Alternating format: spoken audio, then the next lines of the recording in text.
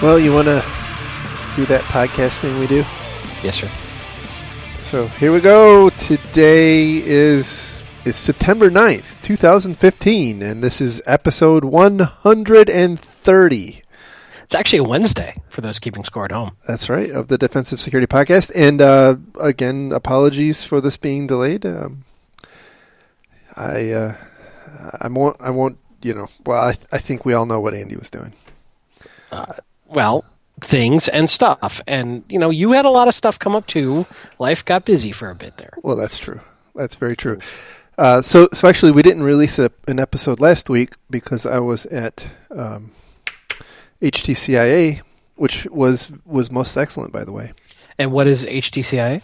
The High Tech Crime Investigation Association conference down in Orlando. It was very good. Nice. Are we going to get a little recap of that on the show today?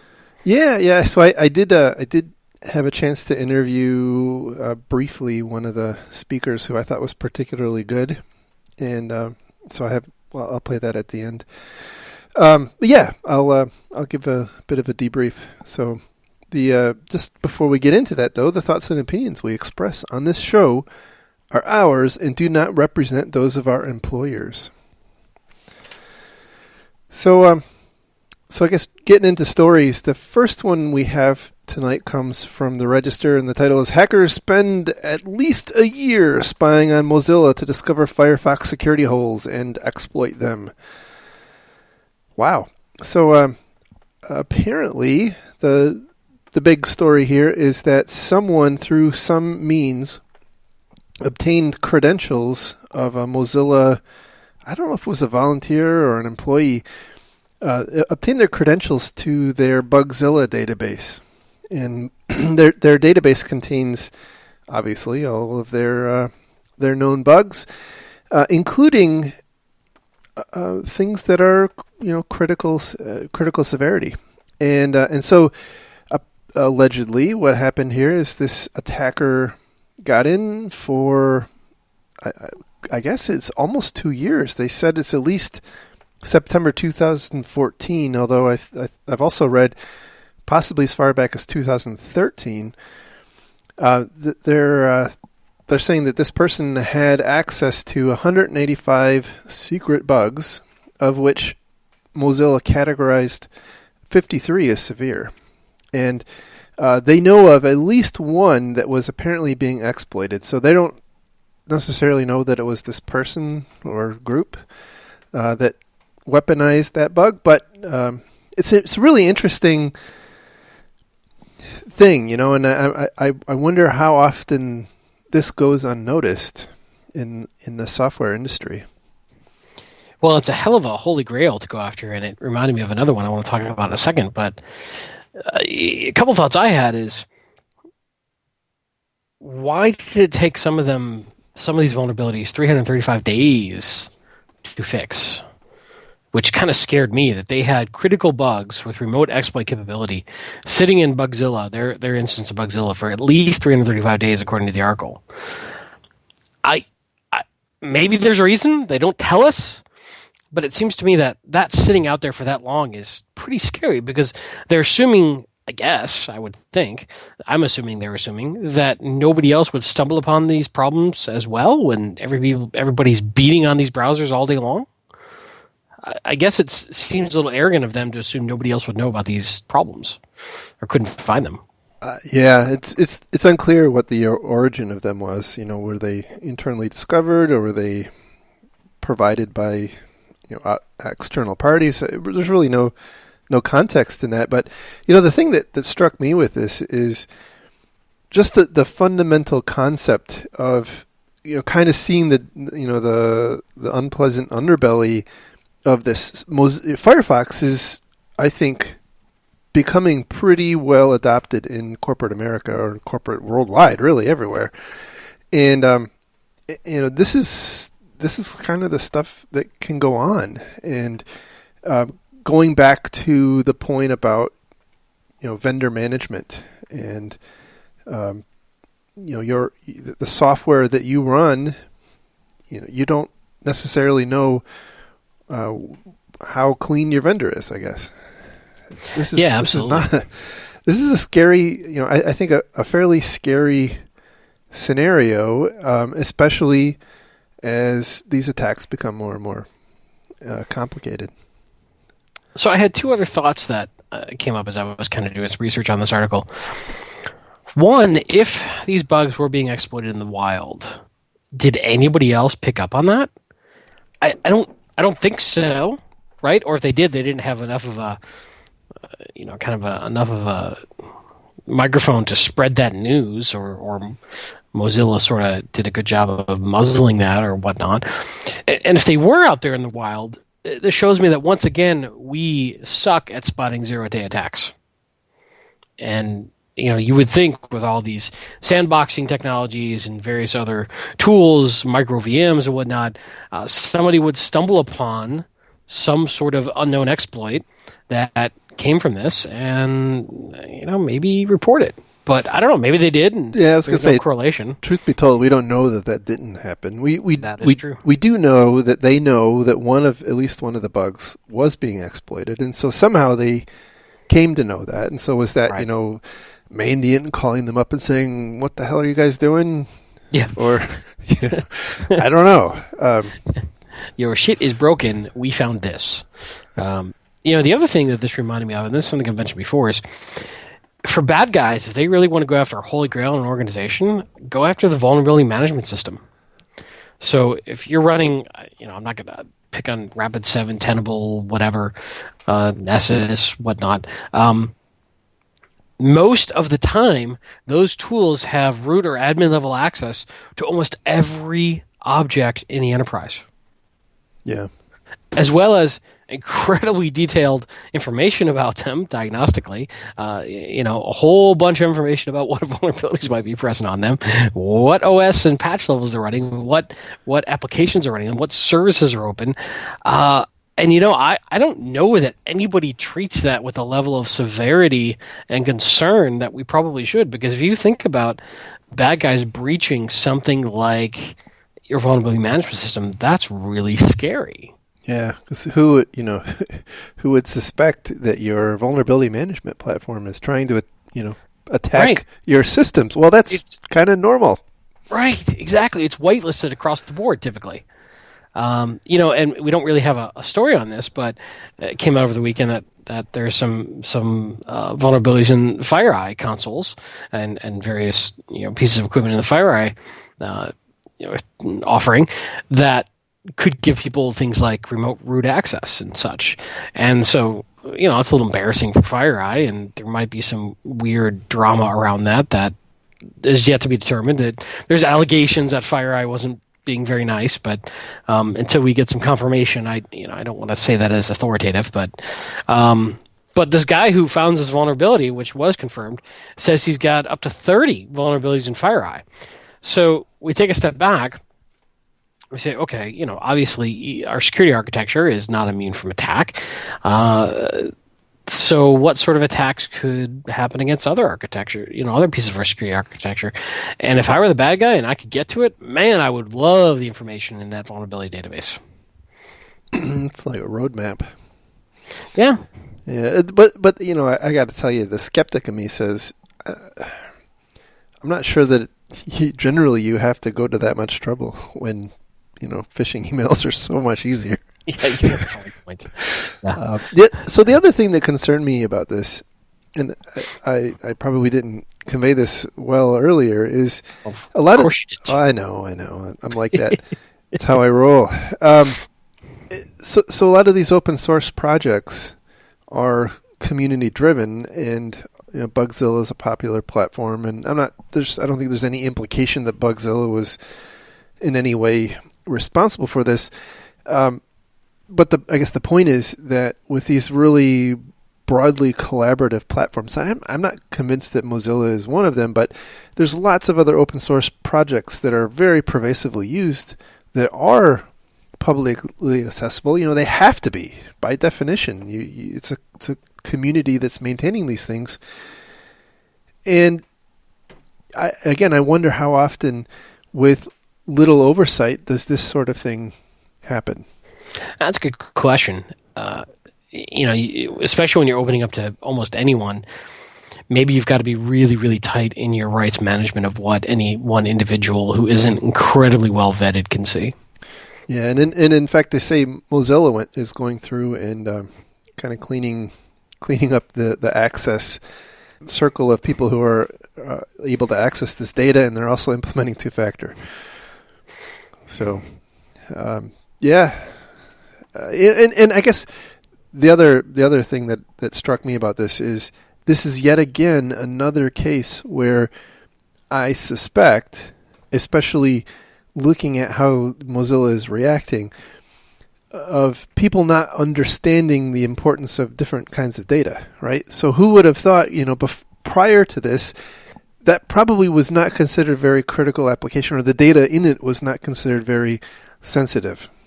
And I think it's often a lack of imagination that leads us into some of these little traps that we find ourselves in. Well, we've seen this before. We saw this with RSA when people went after them to breach some government contractors. We saw this with Bit9 when people went after Bit9 and got Bit9 to trust some malware they wanted to apply it elsewhere. These two-stage attacks, if this was indeed that, this might have just been happenstance that, maybe not a two-stage attack, that there wasn't maybe a secondary target. That we know of, right? That we know of, correct. We don't know. These are the types of situations we've got to start thinking through. Yes, this in and of itself, this data may seem not that critical, but what if I can use it in a targeted phishing campaign? I think the biggest recent example of that is OPM. To be honest, I really got the sense that they just totally didn't comprehend the sensitivity of that data. I mean, obviously, I think they knew that it was sensitive, but I think they thought about it was sensitive in the context of what was personal information, but not kind of strategically sensitive information. And I think this is a very pervasive problem that the IT industry has. Yeah, I would agree. So anyhow, beat that one into the ground. So we're going to move on to the next story, which comes from the Dark Matters blog, and the title is Non-Technical Measures for Mitigating Insidious Insiders. So the insider threat kind of rears its ugly head every now and then, and people posit new and innovative things. But a lot of times they're very technical based, and I thought this was an interesting kind of recap on low-tech things, although some of it is not that awesome. So the first one is conduct background checks, which, except for some countries I'm aware of who do not permit this, I think this is just a very basic check. I mean, I really don't know of it, at least here in the U.S., I don't know of any employer that doesn't do at least some level of background check. They do go into a little more depth, like polygraph tests. And, that's... the polygraph has been proven to actually be very, very flawed. Absolutely. And, a lot of people will talk about this, but in many, many, many, many cases, the polygraph is actually just a prop to do interrogation and psychological manipulation of whoever is being polygraphed. Yep. I don't want to go off on a tangent, but there's lots of sort of critical reports on this and some investigative TV shows that show not that it isn't effective, but it's not doing what everybody thinks it's doing. It's used as a prop for a very skilled interrogator to trip up someone they think is lying. By the way, similar to police dogs. This is why you have Lacey. Now we understand. Loss of puppy is purely there for psychological manipulation. That's right. You got it. Well, and I completely agree with you. That's my understanding of polygraphs too. But at the same time, whatever you think about their effectiveness, they're expensive. I mean, some of this stuff is quite an investment, and I'm not sure a lot of companies and organizations are going to be up for that kind of thing. But I guess on the other end of it, notwithstanding the question, the dubious nature of the polygraph, it seems like a reasonable precaution to be taking. Although, so here's the question: what are you going to do with it? What level of red flag coming back on a background check is going to deny somebody employment? Exactly. That's the big question. I mean, what's your clip level? And I have heard of people not getting a job because their credit score was too low, or they had filed bankruptcy, or they had gotten some misdemeanor conviction years ago, and I guess at some level I'm a little put off by that concept, but it's a hard thing to wrestle with, I guess. Well, and sometimes what they may do is ask you about that information on the application and then see if you lie. Well, I mean, that's a whole different thing, yeah. That's also a reason to do this, right? If you say, hey, have you ever been convicted of a felony? And you say no, and then it shows up in your background check. Whereas if you said yes and explained it, that might not have been a deal breaker. Yeah. I agree with you there. Trying to evaluate the honesty of prospective employees, I think, is a very important skill and capability, especially in sensitive jobs. So this could explain why you've been unemployed for the last decade.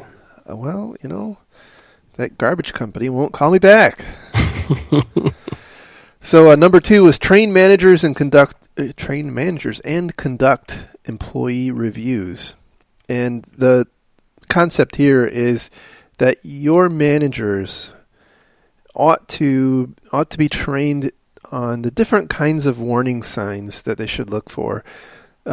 Such terrible things as getting divorced and being unhappy with their jobs, feeling that they are underpaid or disrespected, filing for bankruptcy, having problems with gambling or divorce. And, I guess there's lots of, as with what we just talked about, there's a spectrum here, right? I mean, half of the damn country in the U.S. gets divorced, so that's not necessarily a big predictor. And the other half was on Ashley Madison. Well, that's true. That's very true. And I do think this makes good sense, but I would say kind of like the poster I retweeted, I'm not quite there that patriotism is ratting on your coworker, but, whatever. I don't even want to introduce the environment with a union representation, too. I want to talk about making it really complicated to do this stuff. Yes, that's right. That's right. Number 3, implement security awareness training. And when I first read that, I thought, oh, here we go. But actually, their angle on it was sensible. I thought their point is that your security awareness training needs to make it very clear how people, wherever they may be, can report concerning things. Potential fraud or theft or whatever. Yeah, it's almost like incident response playbook, for suspicious behavior. Right. And then number 4, define a response team with a C-level champion. And, they point out that normally this is an IT security type function, but they point out that you really need people from your legal department, HR department, facilities, risk and compliance, and also an executive. executive support to be behind it, because potentially there will be food fights, right? Organizational food fights associated with these. I mean, I think we've all seen some of those, and it goes much better if you have higher level buy-in. So, some ideas for you there. Our next story comes from Ars Technica. The title is "FTC Can Sue Companies with Poor Information Security," Appeals Court says. So we talked about this a couple of times in the past, and the story here is that Wyndham Hotels, back in 2008 and 2009, had been breached, and they had about 620,000 credit cards stolen from them, and I think it was actually from their member hotels. I mean, I think they're more or less a franchisor, and it was stolen from the franchisees, and the FTC actually ended up going after and trying to fine Wyndham back in 2012, and Wyndham started to try to contest that in court, and basically saying that there's all sorts of problems with this. The FTC doesn't have authority to do it. They would need to declare the standards under which we Wyndham violated, and so on and so forth. And this appellate court came back and said, you know what? They do have the right to fine you, and they don't actually have to tell you what standards you have to meet. They can just kind of arbitrarily determine what is reasonable. And that's the by the way, the most concerning thing about this for me. It's kind of a double-edged sword, right? Because on the one hand, clearly there's an epidemic problem of organizations not having appropriate levels of security. Not going to say Ashley Madison, but like Ashley Madison, right? And the reason the FTC is in the picture, by the way, is that their point is, if you are a commercial business entity, if you're a business entity competing in the market, and you cut corners that put your customers at risk, and your competitors are not, your competitors are at a disadvantage to you. And so that's kind of the fundamental premise of their argument. They're trying to make sure that, number one, the consumers are protected, and number two, that there's a level playing field. So look out. I'm not sure that they've often exercised this, relative to the number of breaches that have happened, but I know they went after LabCorp, who ended up filing for bankruptcy here in Atlanta, and they have settled a number of cases with the makers of mobile apps in the past. I think we may have talked about those in the past, where the mobile apps claim to be secure, and when you look at it, they're transmitting your data completely unencrypted, and so they've successfully fined some of those kinds of organizations. But the point of this article is that if you are an entity that gets breached, it might not just be the class action lawsuits that you have to worry about. It could also be the FTC coming and slapping you with a fine. Yeah, it is crazy. I think we're going to have a lot of challenges for the FTC to determine what level of quote-unquote negligence is worth fining. How do you know what their line is going to be? That's the concern to me, is that there's really no safe harbor here. They're not defining a clear, bright line of what's an acceptable level of security. If you have this and you still get breached, we're not going to come after you. The problem is they're not defining that. It's kind of like Judge Potter with pornography. We'll know it when we see it. Yeah, it's also very interesting in the age of Mandy and sending out letters like, "There's nothing you could have done to protect yourself." Great point. So it will get interesting. I think there's going to be a whole bunch of case law that's going to end up being developed, and I really don't know that our legal system is prepared for stuff this technical and this esoteric to be judged by. There's probably maybe 15,000 people on the planet who can really determine this stuff? I don't know. Yeah. It's a very, very rare skill. So we'll see. So I'm listening to the audiobook Thinking Fast and Slow, and mostly I think slowly apparently. But anyway, there was a comment in there. I don't remember who the quote was from, but they were describing the concept of statistical regression and how that comes up occasionally in court cases. And some lawyer, I think it was, said whoever has to explain the concept of statistical regression to the jury is going to lose. Yeah, exactly. and it just makes me think of this. So. Because, there's no one formula for was your security negligent? I mean, you could try to apply, but again, everything's a risk equation. I think anybody could hire an expert to defend their particular position, Mm-hmm. and that's the problem. Is this is completely arbitrary. All you know is that they got breached. Right. When in many ways, if they really, really, really wanted to do good, and I hate to even suggest this, they're better off trying to help companies before the breach. Yeah. But that's a whole different, that's then a whole new set of audits and a whole new set of games being played and a whole new standard. They could do like a HIPAA type thing where they come out and proactively audit you.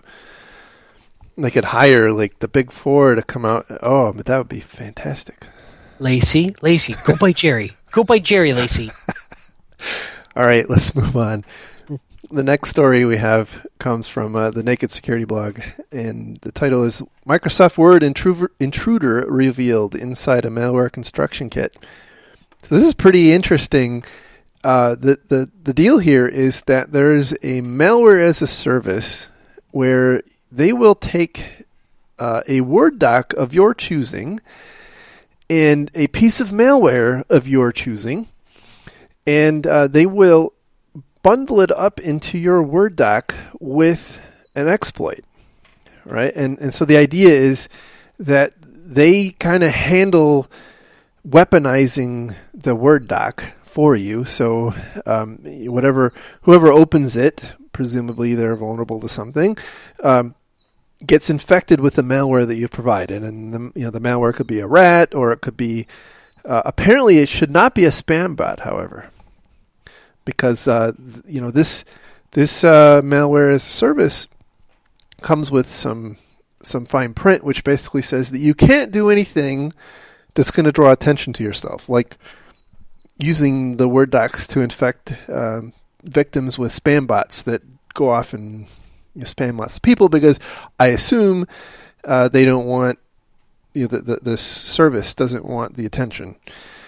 So the reason I brought this up, right, is this is just another kind of stone on the path along the lines of this whole ecosystem becoming vastly more mature and commoditized, and the kinds of attacks are becoming more and more sophisticated, and that sophistication is coming into the hands of a much larger population who really would never have been able to do this sort of thing before.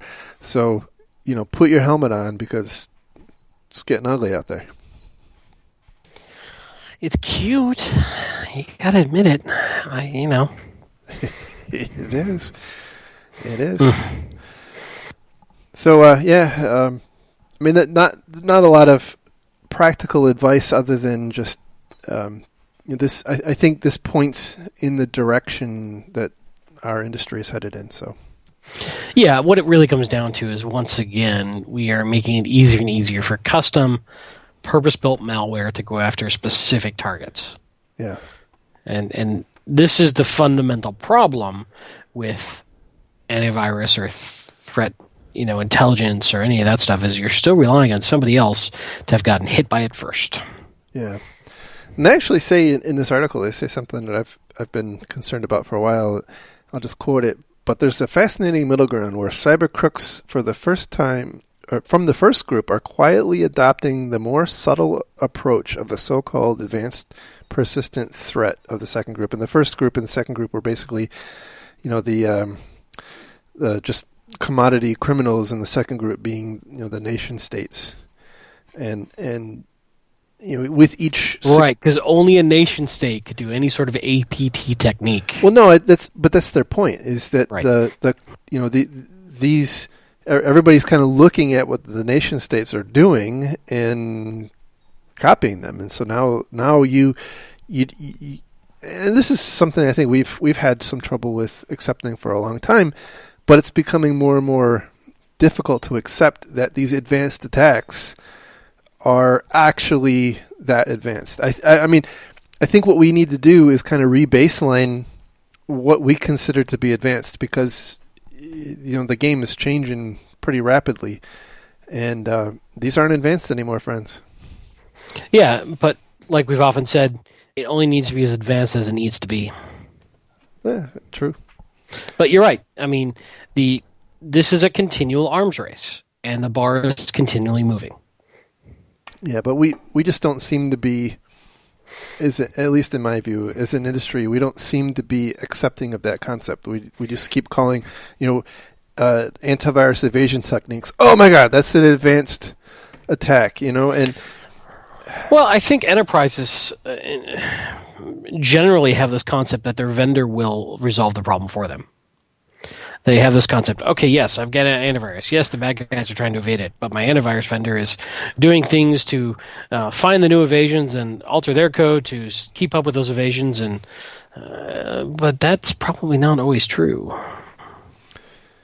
I think anybody who's in this industry for long enough can definitely point to some sleepless nights that where they got bit. I think all of us on the ground know that, but for the folks who are deciding budgets and strategy at executive levels, they've been fed a bill of materials from the vendors for many, many, many years. But what's the alternative, though? I mean, it's not...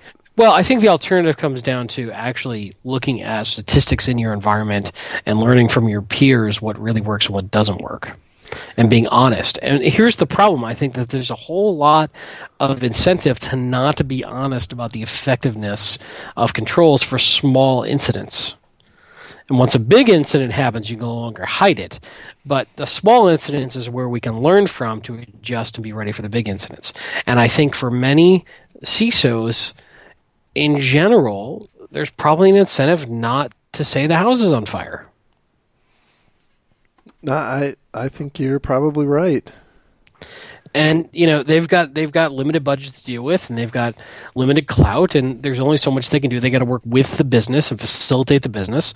So there's only so much FUD, fear, uncertainty, and doubt that a CISO can spread to the executive ranks, right? So he's got to choose his battles, and there are times when CISOs have to, for lack of a better term, dance around the issues a little bit.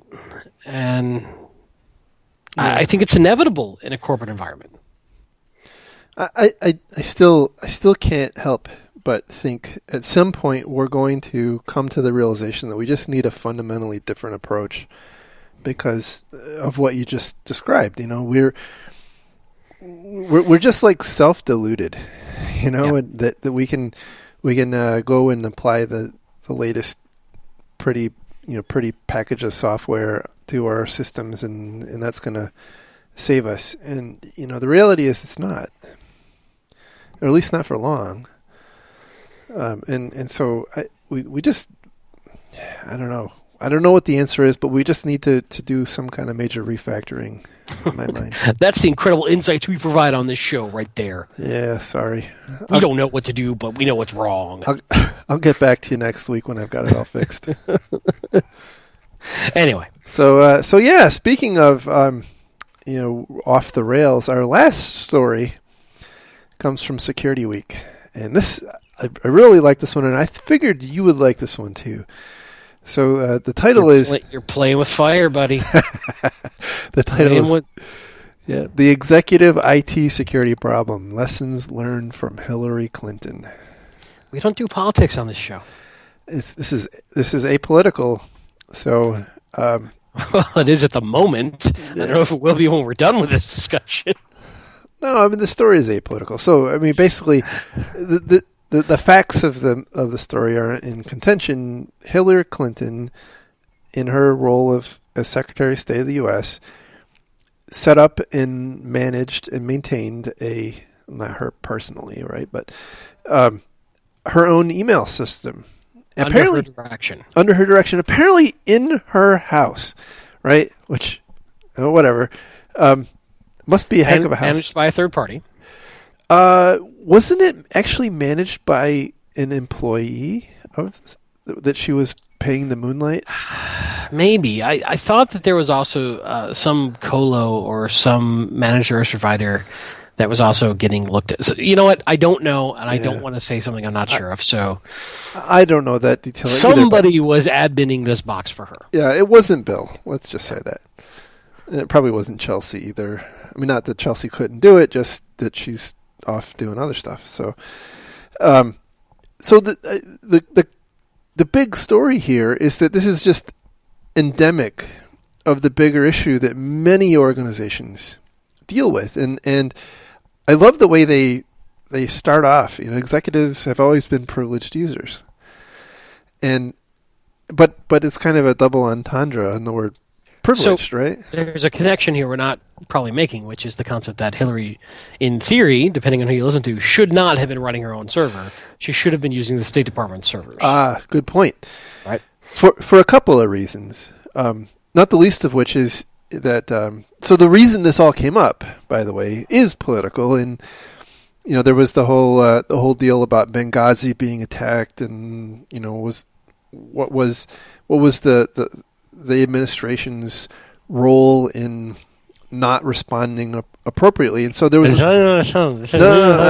just keep biting your tongue, and so the Congress actually did subpoenaed a bunch of records, and in the process of subpoenaing these records, they came to realize, I don't know exactly how this materialized, but Hillary Clinton's email isn't there; it's on a server apparently in her bathroom, I guess. I made that last part up. I don't know what part of her house it was in, but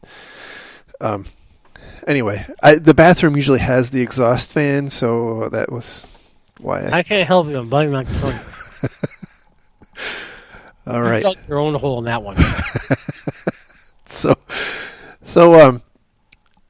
yeah, and I guess the problem there is, in the U.S., you have to have there's an open records requirement, right? So the government has to be able to put their hands on that and keep it for this kind of purpose. And the other is that it needs to be protected, right? And it's coming out, and I'm not entirely clear if this is fact or not, but it's stated as fact in this article that there was top secret information being transited through the email system. So let's try to take a step back from the politics for a moment and say, I think it's fair to say that Hillary, being a senior executive in the White House Corporation, wanted to do something different, which was her own mail server. And because she was a senior executive, in essence, was allowed to do it, whereas a normal rank and file would not have been able to. Exactly. Okay. That's exactly right. And in the article, they point out that this often materializes itself in, for instance, the CEO of Yahoo at one point very publicly refused to put a passcode on her phone. And then we've all probably had experiences with different executives wanting to use their personal devices, on the company network.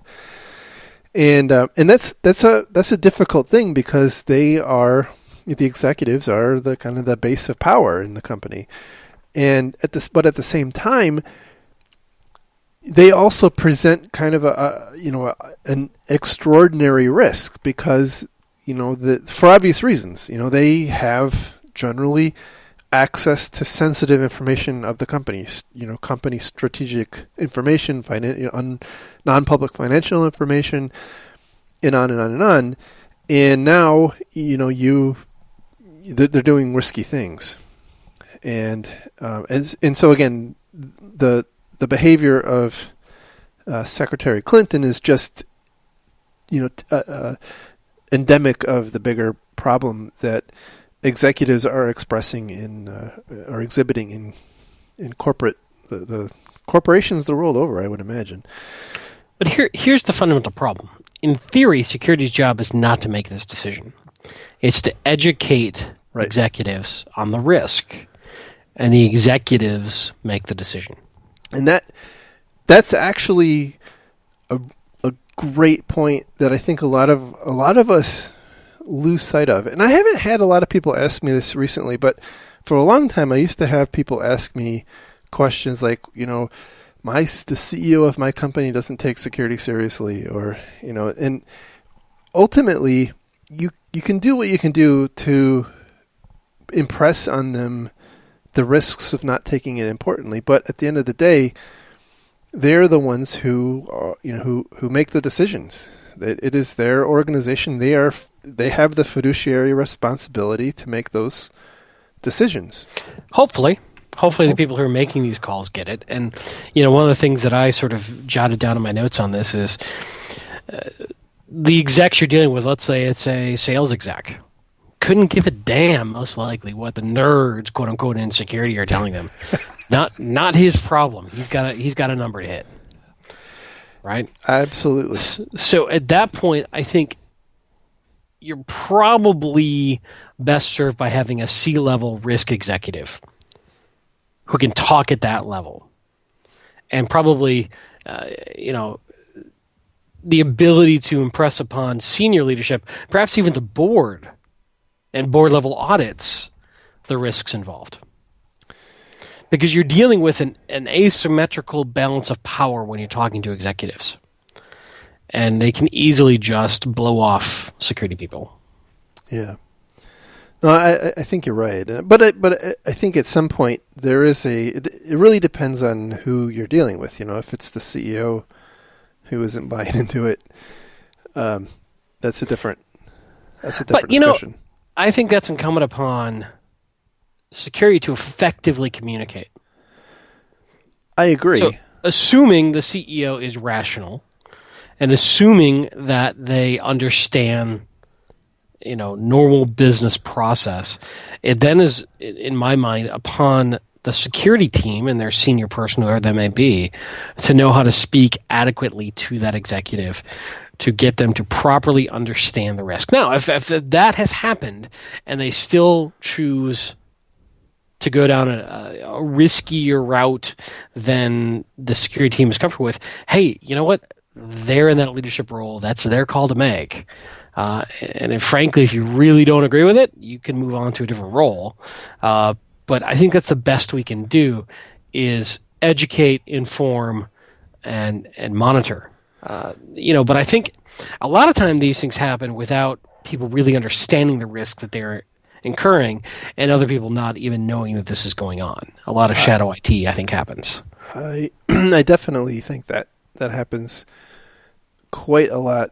At the same time, though, people really do love their iPads. I mean, let's just be clear. Well, but that's fine, and in my mind, I think this is a failure of security groups to just ban something like that. You're better off embracing it and managing it, and you're going to have less problems.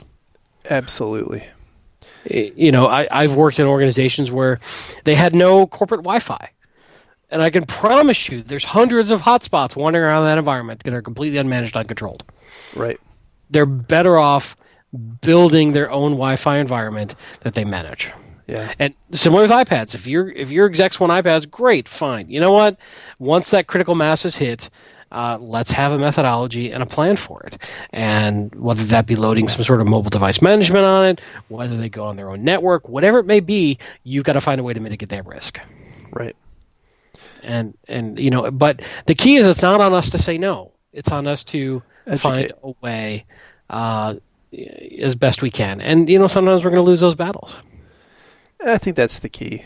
Is we have to be, we have to do our due diligence in trying to address the risk. I mean, that's why we are here.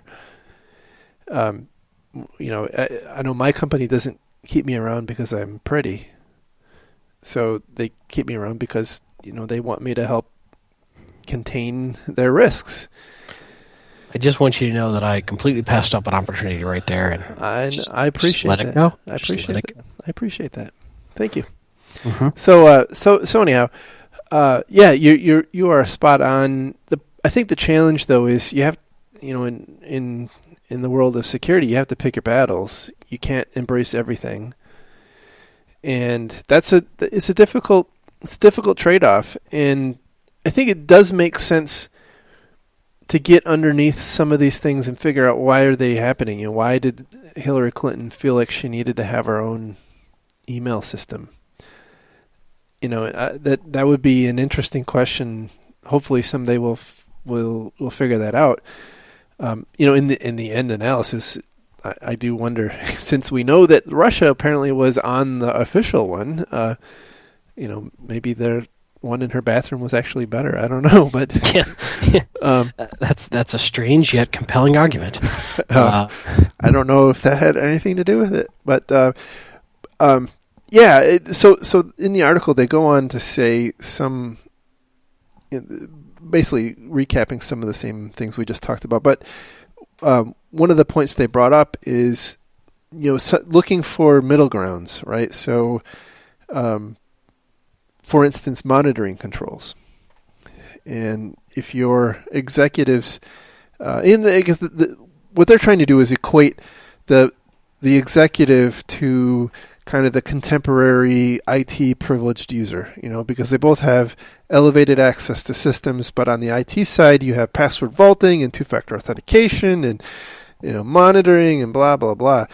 And on the executive side, they're usually very intolerant of all that. And so you're not going to probably get them. I mean, I've had firsthand experience with executives saying, you know what, that two-factor crap's out of here. I don't want it. And, so there's a, and by the way, kind of to your point, in that particular case, I was put into a really interesting situation where I was not afforded the opportunity to convey the importance, right? It was a very one-sided discussion. And I think that possibly happens a lot. And so, your opinion is interesting. However, we're not assembled. This executive team is not assembled here to listen to your view. We are here to tell you that you need to get rid of two-factor authentication. And so yeah, whatever. But look for alternatives. So, for instance, monitoring. And so if they're not going to be willing to use two-factor authentication, just as an example, maybe you can convince them that, hey, we should at least watch the activity on your accounts to make sure that someone hasn't hijacked your iPad that doesn't have a key code and is stealing stealing our company secrets. And to be honest, I'm a little skeptical that would even work, but it's worth a shot, right? Yeah, I agree, and it's better than nothing. Yeah, absolutely. And sometimes, frankly, as terrible as this may sound, you've got to let the companies stick their hand in the hot fire before they're willing to change direction. I'm not saying facilitate them doing that, but I'm saying sometimes that's how it goes. Every company I've ever worked at has, and this has always been in the context of disaster recovery, right? No one ever wants to spend money on disaster recovery until after you've had a disaster that's caused an outage. And then once that happens, the checkbook opens. And I think it's the same kind of thing here. And their opinions don't change until their hand's been burned by the pan. Yeah. So, which is sad because, one thing that is being beat like a drum right now is, information sharing and threat intelligence, which means in theory learning from other people's bad experiences. And we seem to think that we're all immune until it happens to us. It can't happen to us. Who would want to attack us? We only make widgets. That's whatever. Anyhow, so So that was the last story. The last thing I want to do is talk a little bit about HTCIA. I know we're running a little long, and I have an interview that I want to play. I wasn't exactly sure going into it what to expect. I mean, obviously I'd seen the outline of the available talks, but it was pretty cool. It was much smaller than most other security conferences. I mean, it was bigger than a B-side, like a B-Sides Atlanta, but it was, a couple hundred people total.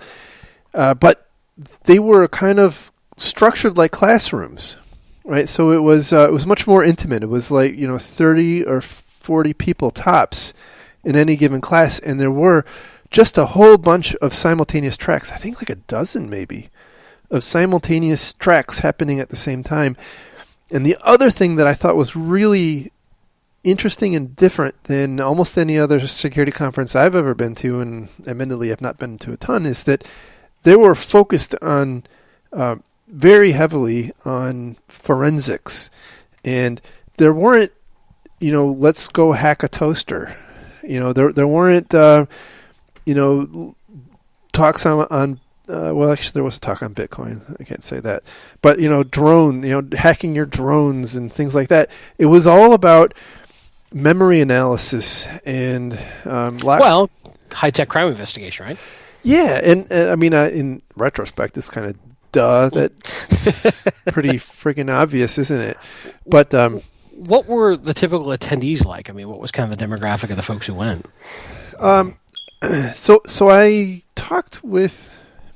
a number of them, and my informal poll tells me that it was somewhere around half, at least, were in some form of law enforcement or government type body, and there were people from all over the world, from law enforcement agencies from all over the world. I think there was somebody there from like the Jordan National Police. It was interesting, and.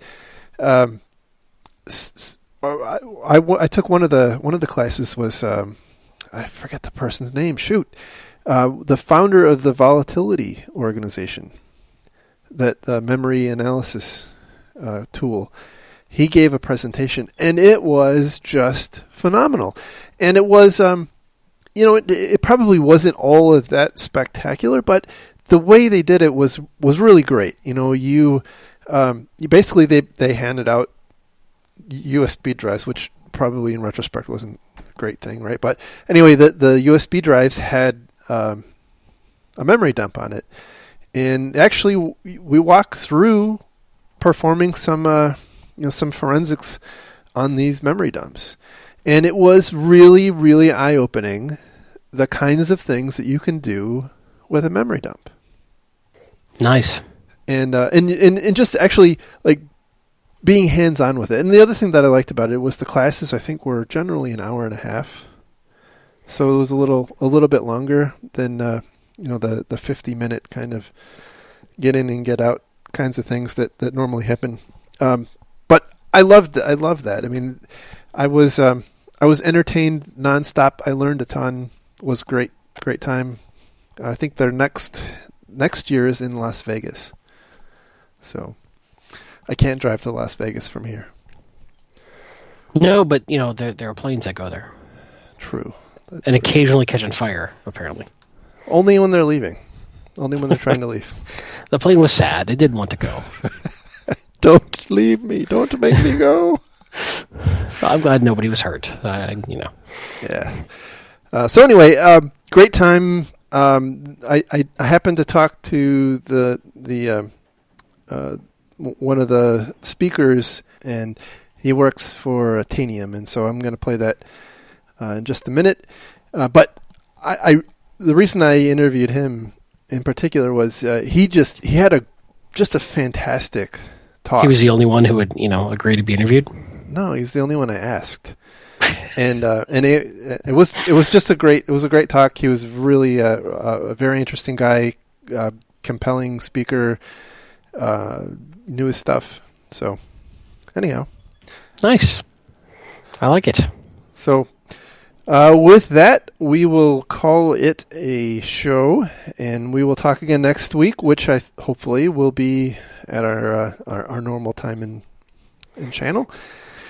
And in the meantime, you can find us on the internet, www.defensivesecurity.org. You can find our show notes, links to the stories we talked about. All of the 129 other back episodes are also conveniently there for your perusal. If you do like the show, give us some love on iTunes. Thank you very much to everyone who has donated to our Patreon campaign. I cannot thank you enough. That's actually really awesome. I agree. Thank you.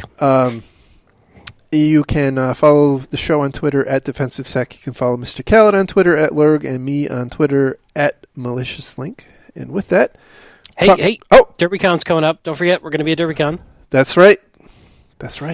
Both of us together. It's like, it's like 2 weeks away, right? I know. That's why I want to mention it. And we'll have some new swag, and it's not a secret anymore, since a lot of people haven't. But we've got some Defensive Security Challenge coins that we'll be selling at the show at DerbyCon, and really just to recover our costs. We're not making any money on them, but they're not cheap, but they're awesome. And we send them out to our Patreon donors first, and we want to make them available for somebody else who may find them cool. And from early feedback, people seem to like them. That's right. But aside from that, DerbyCon, we'll talk more about it. I'm sure we'll be active on Twitter about it, and would love to see everybody up there. Yeah, and we'll probably do some recording up there too. I'm going to bring my stuff. So I love it. So expect about an hour of Jerry's drunken snoring. Yeah. Whatever. So see you again next week. Have a good one. See you guys. Take care. Bye. All right. I'm here at the 2015 HTCIA conference with Ryan Kanzansian from Tanium. And Ryan, can you just introduce yourself briefly? Sure. Hi there. I'm our Tanium's chief security architect. Tanium builds an endpoint platform that provides visibility and control over millions of computer systems, and I specifically work on setting our product's security roadmap, particularly as it pertains to incident response and detection. And my prior background was at Mandiant, where I spent 6 years doing incident response investigations and helping companies with remediation efforts in the face of combating targeted attacks. Great. And so you I just sat through your presentation on hunting, which I thought was really great. So I wanted to take some time and ask you a couple questions. So based on your experience, I guess particularly with Mandiant and also with Tanium now, what do you see firms commonly doing wrong? So I think one of the security challenges that companies have grappled with is attempting to find the next great mousetrap that will detect and stop all malware, known or otherwise, and prevent attack and compromise. And security has kind of gone through a cycle, I think, in the last 20 years where a lot of focus is put on malware detection and prevention rather than on the fundamental principles of defense in depth that a lot of security researchers have espoused for many, many years. And so one of the things that has been interesting to me is looking at all of the targeted attacks I've investigated over the years is how many common threads exist among them and how little they've changed in some ways in those years. And so basic security hygiene, particularly in the areas of privileged account management, configuration management, network and host segmentation, and patch management, are the underpinnings of why attackers have been so successful. In most compromises I've investigated, and in a lot of the attacks companies we work with deal with, the attackers can behave opportunistically. They can get in via any means and use that to pivot to their intended target. And as you build defenses through good security hygiene, you really raise the bar for an attacker, and you also increase the likelihood of early detection and containment. And so I'm a big advocate of addressing those core security hygiene tasks that so many companies have struggled with, more so than just trying to come up with the magical silver bullet that will detect every 0-day and unknown malware before it becomes a problem in an environment, because I don't believe that exists. Good. So over the years, I think you touched on a little bit, but have you seen a trend emerge with attackers. I guess particularly the more advanced attackers, but I guess generally, one of the things I've seen or I've noticed and have become increasingly concerned about is a lot of these nation states, the U.S. included, right, become more activist as it in the cyber realm, and their techniques are found and disclosed. It seems like it kind of it lifts all ships, right? So are you seeing the level of sophistication raising, or is it really still just going after the low-hanging fruit? I think I see a mix of both out there. You see a lot of compromises where what's shared publicly or what consultants and investigators find privately were incredibly basic exploits, things like SQL injection or exploiting vulnerabilities that had been patched by the vendor months and months ago. And so there's still a lot of low-hanging fruit out there. And again, I think one of the reasons that I'm passionate about what I do is enterprises really need better visibility and control over their endpoints to eliminate that low-hanging fruit. And until that happens, the majority of attackers will be able to continue to enjoy using some basic techniques. Now, that being said, there is a smaller percentage of sophisticated actors out there that are using increasingly covert mechanisms to compromise systems and persist. In particular, one that I've done a lot of research on and covered a bit in today's presentation is further utilizing the endpoint OS, the operating system, and its built-in commands in lieu of dropping additional malware on the host to achieve persistence and lateral movement. The fewer executable files and DLLs and malware that you drop on a host to achieve your mission, the lower your profile is. And attackers have gotten better and better at taking advantage of that. Now, the counter to that is, again, better visibility. Yes, attackers can reuse and misuse a lot of the same tools that legitimate administrators in an environment take advantage of, but if you have visibility into your endpoints and you're not just focusing on malware, you can find those outliers. You just have to hunt for them and have the tools and techniques that give you access to that data. Nice. So just to sum up, what advice would you give? Again, our audience is primarily focused on defense. What advice would you give our listeners from the perspective of defense? Sure. I think the best route to increasing your agility for incident detection and response is to reduce your attack surface. The smaller your attack surface is, the less noise you have and the less you need to monitor. I always give the example of how much easier it is to monitor domain controllers in a Windows environment if you restrict all administrative remote access to them via Bastion host, or how much easier it is to examine Windows endpoints when all third-party applications are patched and users don't have full administrator rights to their system. It ends up being cleaner, and it ends up, as a result, being easier to identify rogue and malicious activity from the normal background noise of an operating environment. And so attack surface reduction via good security hygiene is maybe not the most glamorous thing, but it really makes a meaningful impact in not just reducing successful attacks, but making it easier to detect and contain attackers that do successfully establish an initial beachhead in an environment. Nice. So I know you said you work for Tanium. Can you just give us 30 seconds or a minute on what Tanium is and what they do? Sure. So we build a endpoint communications platform that is used to have visibility and control over an organization's endpoint systems. And it's built to operate at large scale and speed, meaning we have customers with over 300,000 or 400,000 deployed endpoints, and we can provide them with 15-second visibility and control into those endpoints. And that visibility goes through everything from IT and security operations tasks like application management, patching, configuration management, and privilege management, to incident response use cases like looking for IOCs, collecting and harvesting forensic data, and then finally acting on systems, be it remediating a compromise, eliminating malware, or deploying a hardened configuration or patch to a set of impacted systems. Well, very good. Thank you for joining me today. Great. Thank you very much for your time.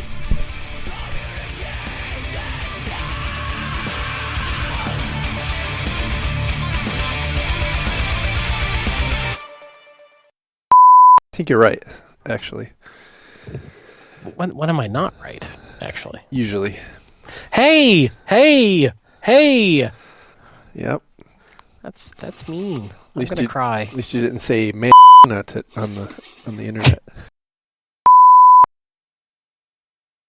So the good news is I actually read the stories and made notes. That is good. I try to do that at least once out of every 4 shows. That's my goal. I took sleeping pills. I don't really remember how many I took. Oh my! You die in the podcast. It'll be our top-rated podcast ever. Thanks, man. I'll publish it in your memory. Keep it going.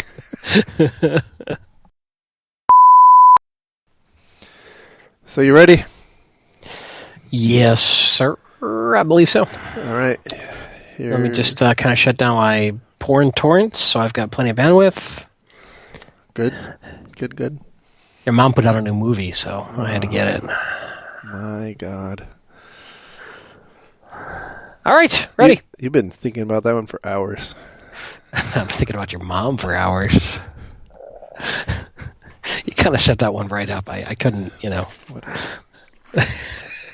All right. I'm just giving you outtakes to use. That's all. I'm here to help you, Mister. Bye-bye. Bye-bye now. Bye-bye. Bye-bye. Bye-bye. Bye-bye. Bye-bye. Bye-bye. Bye-bye. Bye-bye.